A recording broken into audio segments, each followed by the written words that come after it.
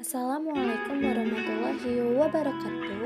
Halo teman-teman, perkenalkan nama saya Dediana Fitriananda dari Universitas Muhammadiyah Bandung, Prodi Administrasi Publik. Di sini saya akan memberitahu nama-nama daerah yang tertinggal dalam pembangunannya. Pembangunan masyarakat desa pada hakikatnya bertujuan meningkatkan taraf hidup masyarakat secara keseluruhan agar lebih baik, lebih menyenangkan dan mengenakan warga masyarakat dari keadaan sebelumnya. Mencapai kesejahteraan, itulah yang menjadi tujuannya. Pembangunan masyarakat desa dan tujuannya selalu dikaitkan dengan masalah kemiskinan yang dialami oleh sebagian masyarakat dalam kategori masyarakat desa. Dan lebih khususnya lagi, masyarakat nelayan dan petani kecil hambatan dalam pelaksanaan pembangunan masyarakat desa. Di negara-negara dunia ketiga, antara lain adalah keadaan penduduk yang sangat miskin, kebodohan dan pengalaman-pengalaman mereka yang serba menyusahkan dan menyedihkan di masa lampau, menyebabkan para petani dan nelayan pada umumnya dicekam rasa takut, menjadi apatis, berserah diri pada nasib, tidak ada keberanian untuk mencapai prestasi secara individu, tidak ada keberanian menanggung resiko untuk merubah nasib mereka yang bagaikan berada di dalam rawa-rawa yang memerlukan pertolongan dari luar untuk menariknya. Ada beberapa daerah di Indonesia yang tertinggal yaitu salah satunya yaitu Dusun Gelak, Desa Halai, Kecamatan Mapitari, Kabupaten Sika, Nusa Tenggara Timur. Jika ingin belajar dengan memanfaatkan internet, maka harus memanjat pohon dengan ketinggian sekitar 12 meter agar bisa mendapatkan sinyal. Mengingat sampai saat ini, Dusun Gelak belum terpasang tower komunikasi. Selain kesulitan sinyal, Dusun Gelak juga tidak ada jaringan listrik PLN. Jadi, jika ingin menelpon keluarga harus pada siang hari. Jika malam hari, sudah gelap gulita karena di sini tidak ada listrik. Dusun Glak letaknya persis di bawah kaki Gunung Api Egon.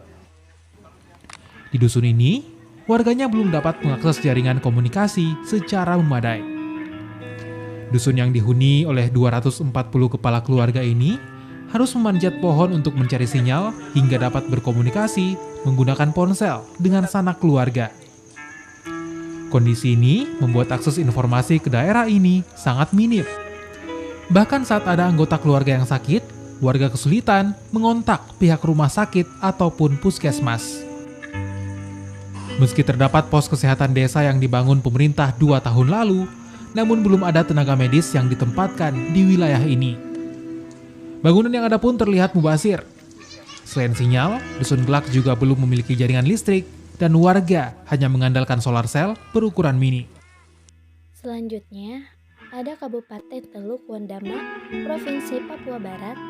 Kebutuhan di desa di Teluk Wondama dapat terpetakan, termasuk kebutuhan akan ketersediaan akses, infrastruktur dan prasarana dan sarana transportasi yang membuka akses daerah perdesaan dengan daerah lainnya. Kondisi prasarana dan sarana transportasi yang minim berkontribusi terhadap keterbelakangan ekonomi daerah perdesaan. Masyarakatnya jika ingin ke desa lain harus menempuh perjalanan selama 4 hari perjalanan. Di desa ini masih banyak akses jalan dari desa ke desa dan masih belum bisa ditembus dan hanya bisa ditempuh 4-7 hari dengan jalan kaki. Sehingga banyak masyarakat yang merasa belum merdeka. Bapak kepala sekolah dan orang suku. oh ya, Aing. Adik, berekan. Lambai tangan. Lambai tangan. Oke. Baik. Perjalanan 3 hari. Ini hari kedua. Semangat. Ya, Tuhan berkati. Pendidikan adalah senjata ampuh untuk mengubah dunia, tetapi banyak orang yang tidak seberuntung kita, pembangunan yang tidak memadai, tidak ada listrik, fasilitas yang kurang baik, dan butuh berjam-jam untuk pergi ke sekolah. Salah satunya di SDN Negeri Tuatenu, Desa Oikiu, Kecamatan Amanuban Selatan, Provinsi Nusa Tenggara Timur. Yang sangat memprihatinkan, bangunan sekolah negeri tersebut masih berbentuk bangun darurat dan kondisinya nyaris roboh. Atap bangunan tersebut masih berupa daun gewang dan dindingnya masih menggunakan bebak. Sementara lantai bangunan pun masih teralas tanah. Bangun sekolah tersebut sebenarnya tak layak untuk digunakan sebagai lokasi kegiatan belajar mengajar.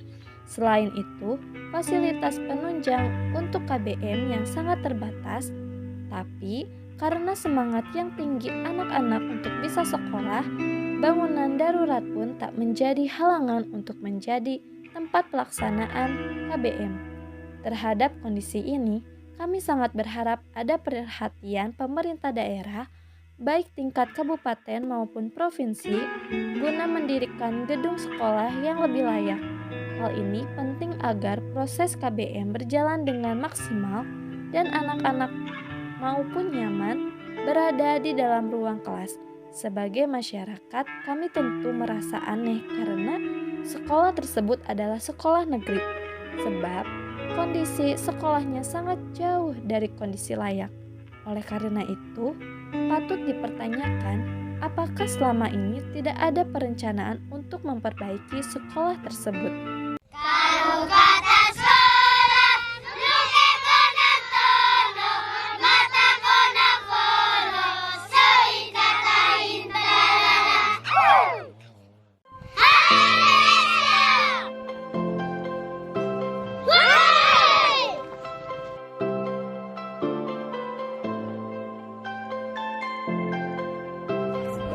Itulah beberapa nama daerah yang dalam pembangunannya tertinggal. Cukup sekian dari saya, kurang lebihnya mohon maaf. Billahi bisabil haq fastabiqul khairat. Wassalamualaikum warahmatullahi wabarakatuh.